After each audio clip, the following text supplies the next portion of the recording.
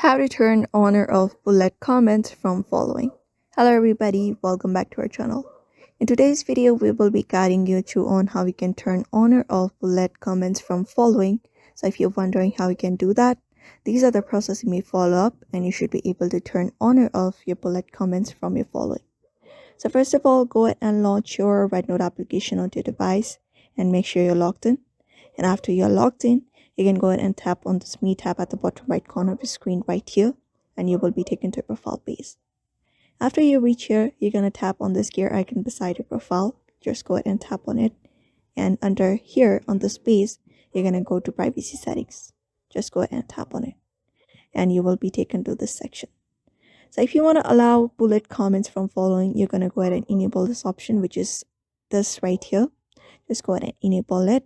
But if you don't want any kind of bullet comments from your following, you're going to go ahead and disable this option right here. So that is it. That is very easy and straightforward to turn on or off your bullet comments from your following. So therefore, I hope this video was helpful to you. Thank you for watching this video.